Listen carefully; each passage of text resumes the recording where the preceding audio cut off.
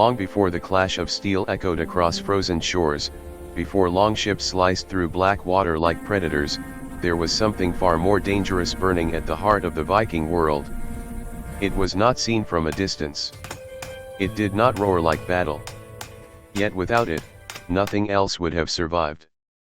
A fire so constant, so essential, that if it ever went cold even once it could mean starvation, weakness, and death.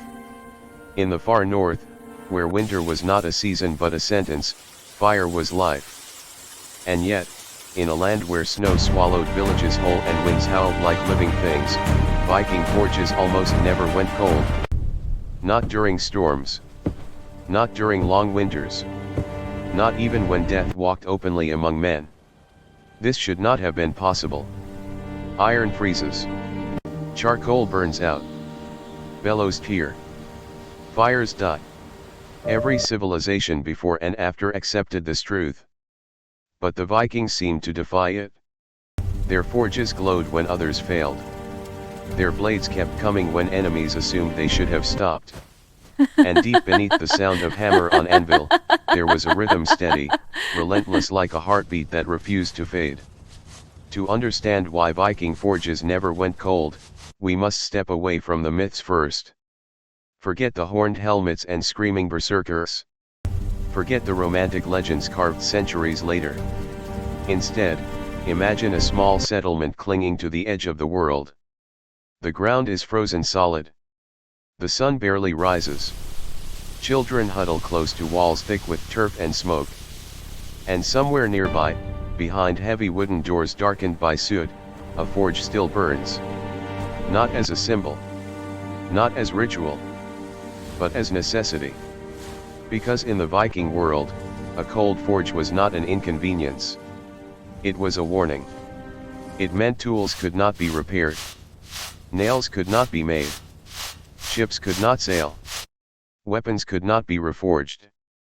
A cold forge meant weakness, and weakness invited death faster than any enemy blade. Every strike of the hammer inside that forge carried weight far beyond metal.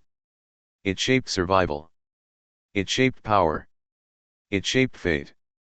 And this is where the unease begins. Because maintaining constant heat in such conditions required more than skill. It required planning that stretched years into the future.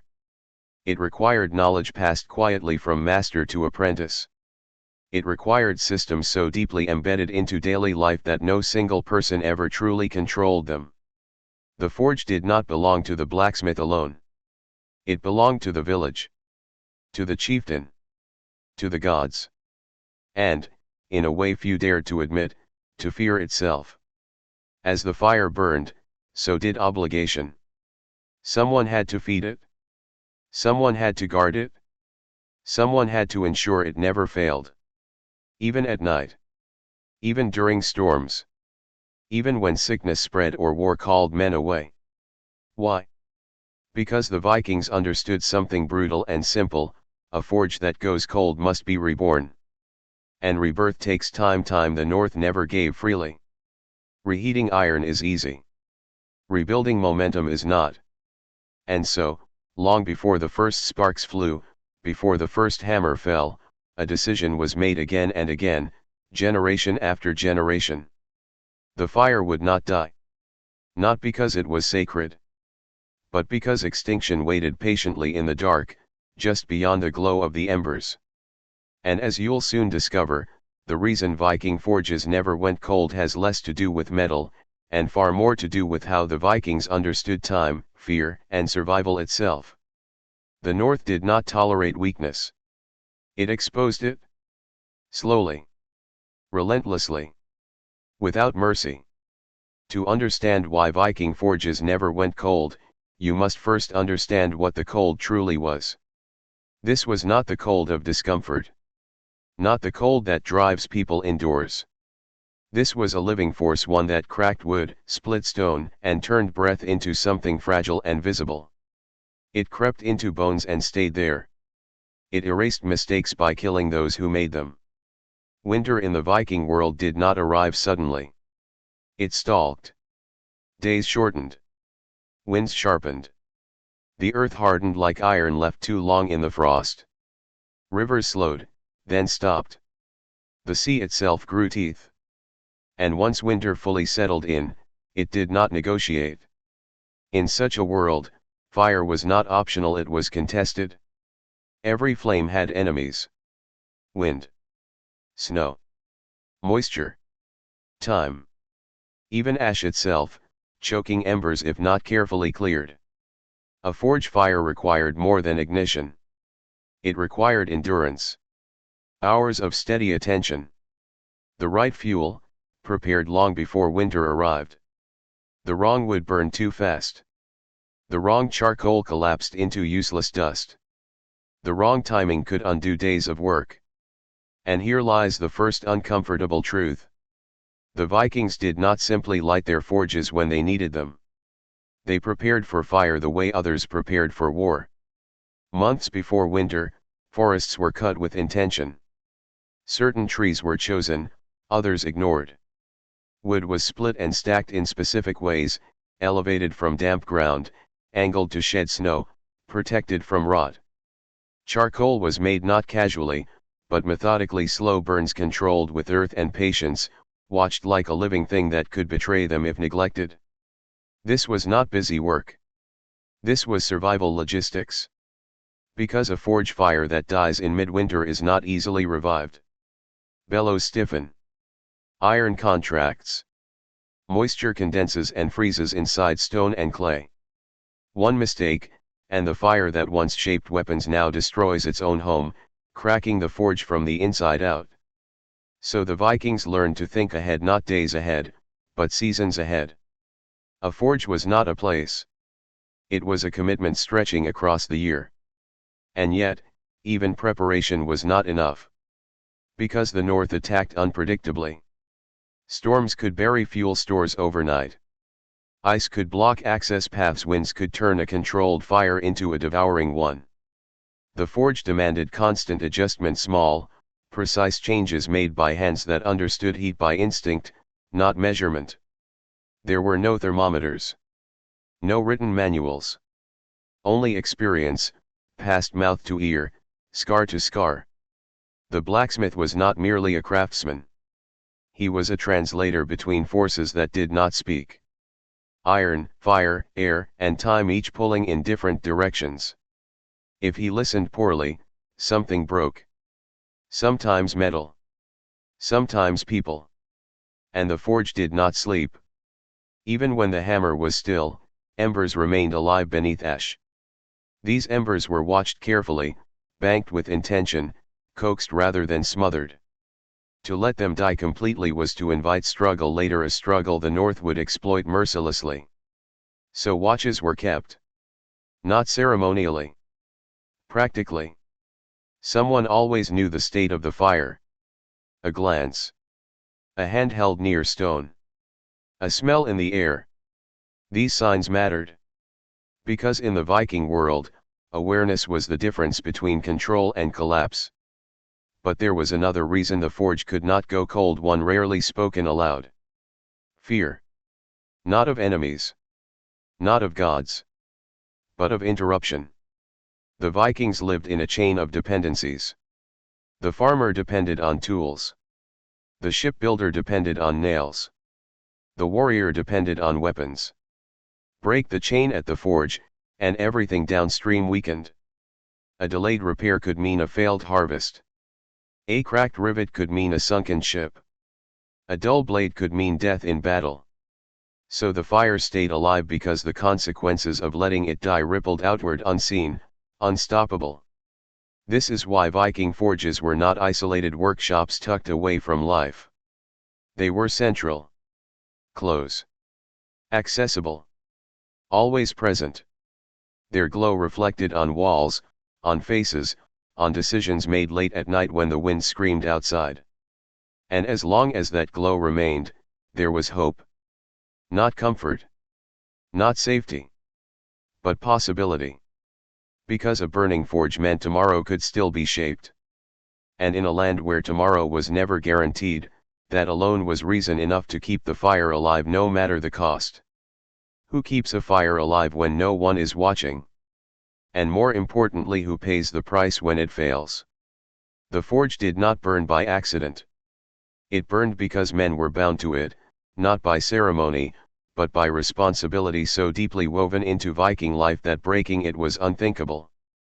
While stories celebrate kings and warriors, it was the quiet discipline of ordinary people that kept the forge alive through endless nights of cold. The blacksmith stood at the center of the system, but he was never alone. In the Viking world, the blacksmith was not merely skilled, he was trusted. Iron passed through his hands before it passed into battle or work.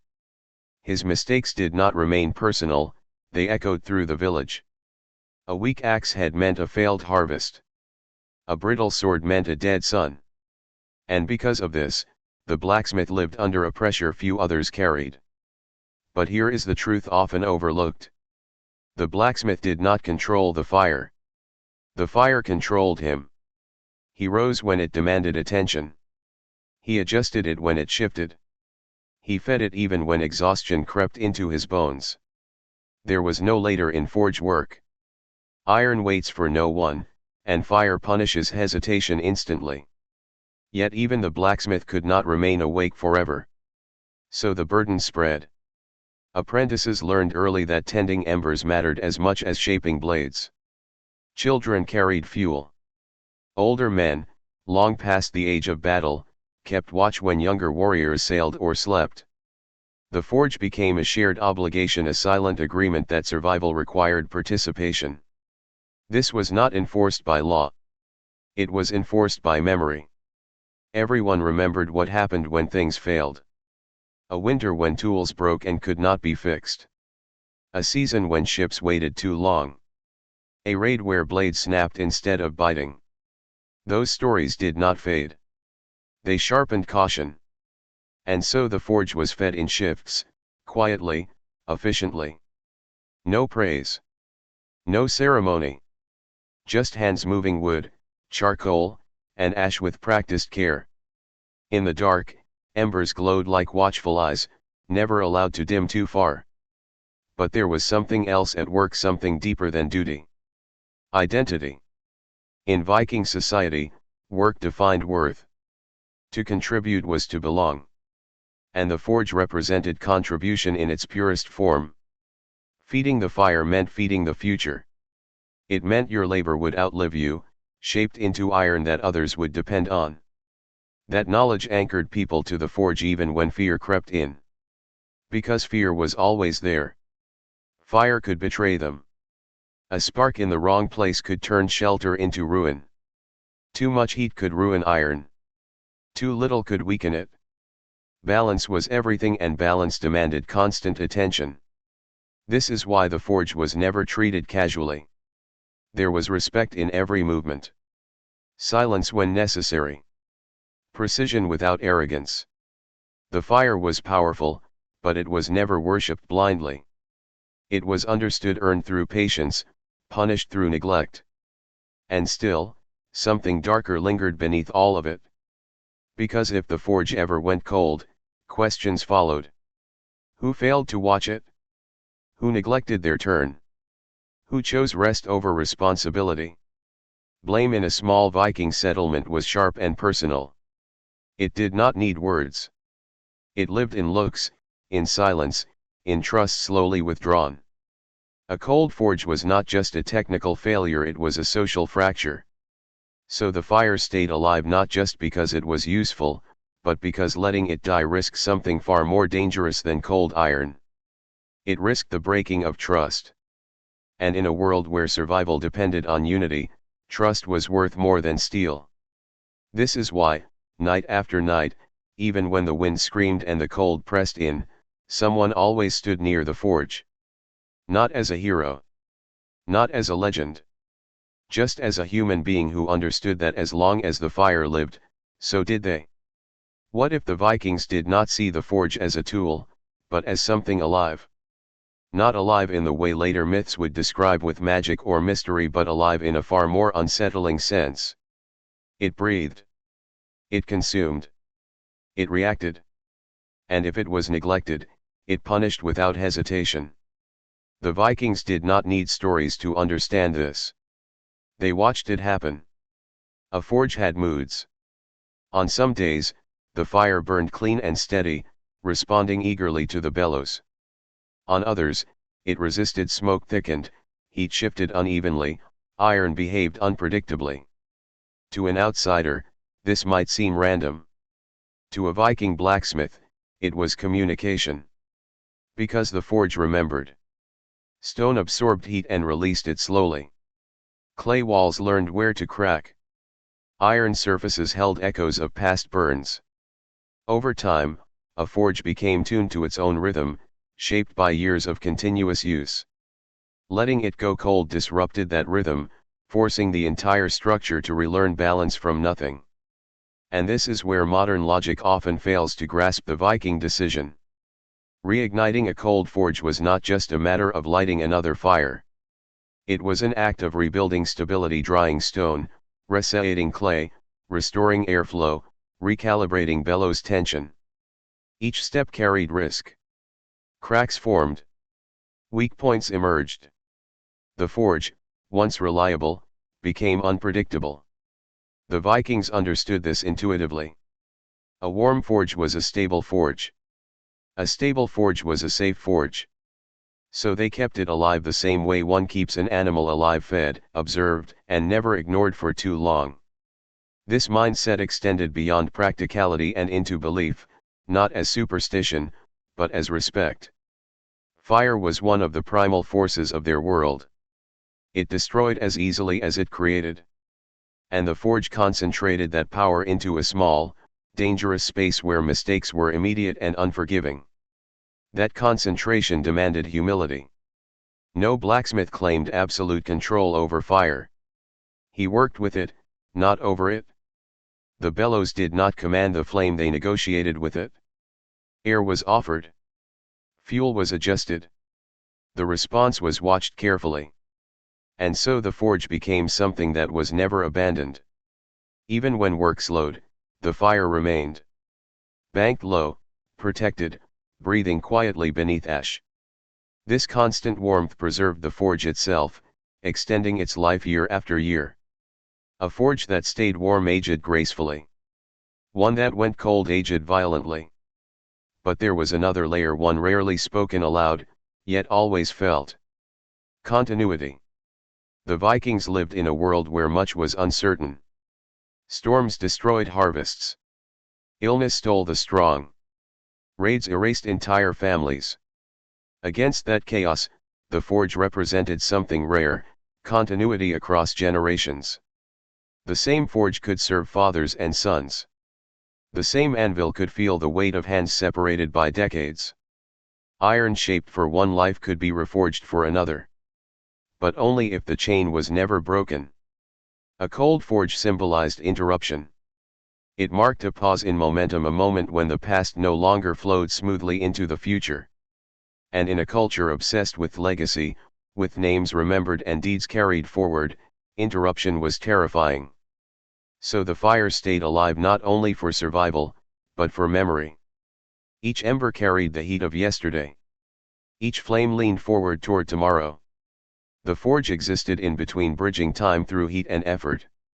And this is why, even when no blade was being made, even when no nail was needed, the forge remained warm. Because once you let it go cold, you were not just restarting a fire. You were admitting that something had ended. And the Vikings, more than most, understood the danger of endings that arrived too soon. What happens when the ability to shape iron never sleeps? Power shifts. In the Viking world, strength was not measured only by the number of warriors a chieftain commanded, but by how quickly he could respond. How fast a ship could be repaired. How soon weapons could be reforged. How efficiently damage could be undone. And at the center of all of this stood the forge, burning, waiting, ready. A forge that never went cold meant readiness. It meant that when a storm shattered a mast, iron fittings could be reshaped before dawn. When a raid damaged shields, rims could be reforged before the next tide. When news arrived of opportunity or danger, the village did not need to wait for fire to be reborn. They were already prepared. This constant readiness changed the balance of power in subtle but decisive ways. Communities with active forges could recover faster than their rivals. They adapted while others delayed. And in a world where timing meant survival, delay was weakness. Chieftains understood this. A leader who controlled access to a functioning forge controlled more than tools, he controlled momentum. Warriors followed those who could arm them. Shipbuilders worked for those who could supply nails and rivets without pause. Even trade flowed toward settlements where metalwork never stalled. And so the forge became political. Not openly. Not declared. But undeniably. To keep a forge burning required resources: wood, charcoal, labor, space. Only a settlement with organization and foresight could afford it. And only a leader with authority could ensure that the system held together through hardship. This is why forges were protected. Not hidden, but defended physically and socially. They were placed where they could be watched, supported, supplied. In times of conflict, they were among the last structures abandoned. Because losing the forge meant losing the ability to fight back. But power also breeds tension. A blacksmith who maintained a constantly burning forge became indispensable. His skill could not be easily replaced. His knowledge could not be rushed. And this created a quiet imbalance, one that both elevated and isolated him. He was needed. And because he was needed, he was watched. Too much influence could invite suspicion. Too little could invite disaster. The blacksmith walked a narrow path, aware that his hands shaped the tools of survival, yet knowing that failure would not be forgiven easily. And still, the fire burned. Because beyond politics and fear, there was ambition. The Vikings did not merely survive, they expanded. They traveled farther than expected. They struck where others thought impossible. And behind those achievements was infrastructure that functioned relentlessly, even in the dead of winter. A forge that never went cold allowed experimentation. Improvement. Refinement.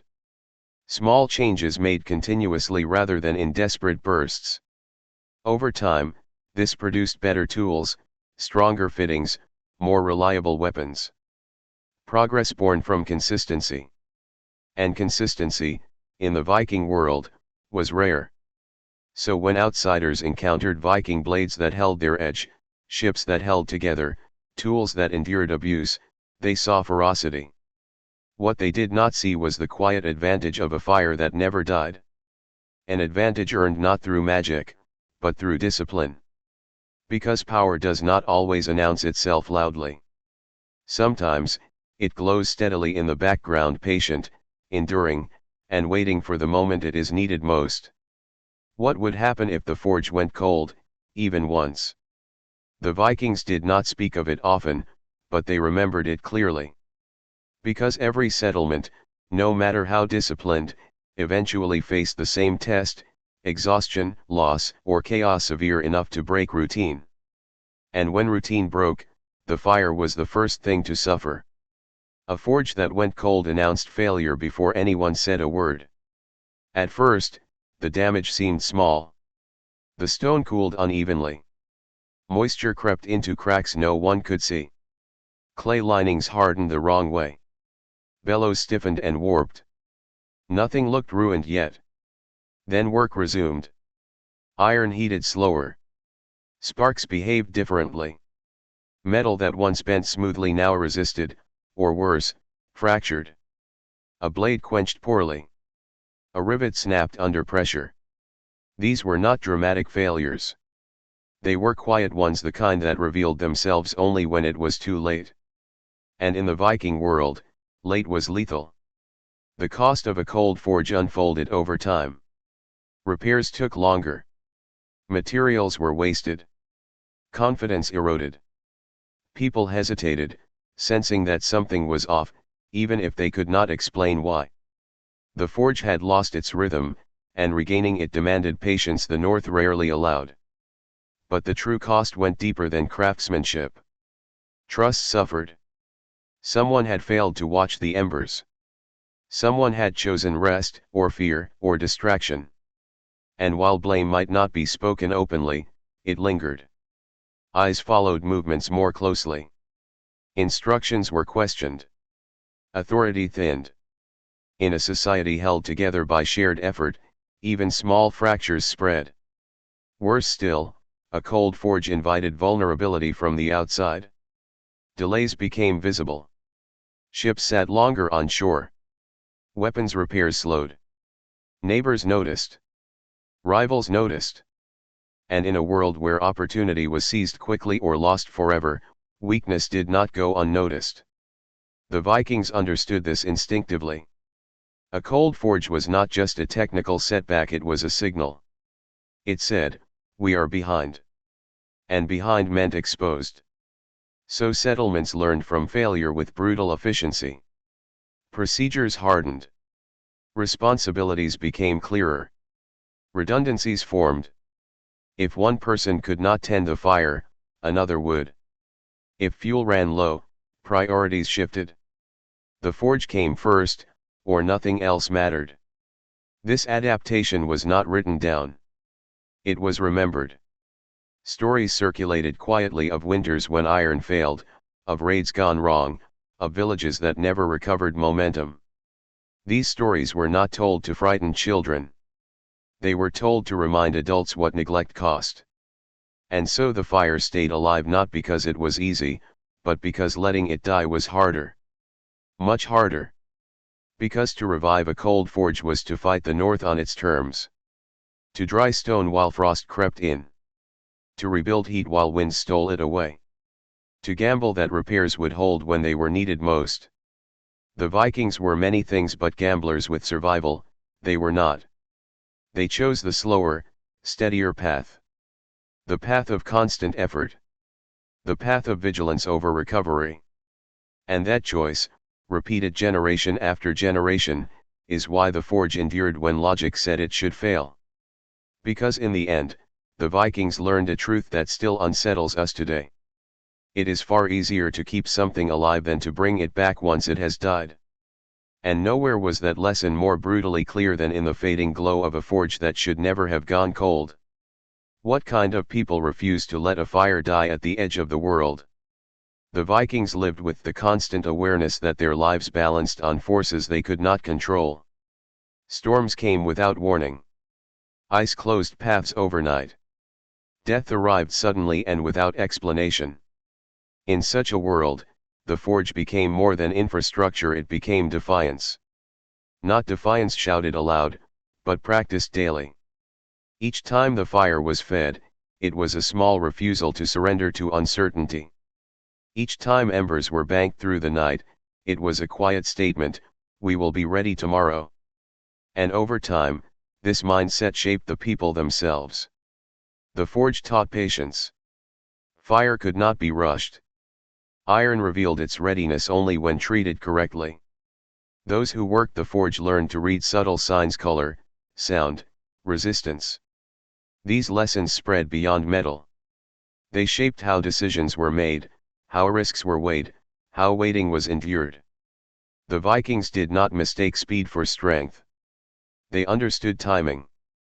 And nowhere was timing more critical than at the edge of the world, where opportunity appeared briefly and vanished just as fast. A ship repaired too late missed the tide. A weapon reforged too slowly missed the battle. The forge's constant warmth ensured that when fate offered a moment, they could seize it. But there was also belief, deep, unavoidable belief. Fire held a special place in the Viking mind. It transformed. It destroyed. It revealed truth. While gods were honored and rituals observed, the forge did not rely on prayer. It relied on action. And that made it honest. You could not lie to a forge. It showed your mistakes immediately. This honesty created respect bordering on reverence. Not mystical, but grounded. The forge represented the boundary between chaos and order, the place where raw material became something purposeful. Letting that place fall silent felt like inviting disorder to win. So even as the Vikings faced the unknown across oceans, across borders, across generations, they anchored themselves to the known. To fire. To iron. To work that mattered. And this is why the forge never went cold. Because it was not just a fire. It was a promise. A promise that tools would be ready. That ships could sail. That defense was possible. That tomorrow had not been abandoned. At the edge of the world, where survival demanded more than courage, the Vikings chose continuity over comfort. Effort over ease. Vigilance over rest. They understood that fate favors those who prepare quietly while others sleep. And so, long after the snow fell, long after the wind screamed, long after exhaustion whispered that it was time to stop, the forge still glowed steady, patient, unyielding. A small fire, burning against the dark. Not because it could not go cold, but because they refused to let it.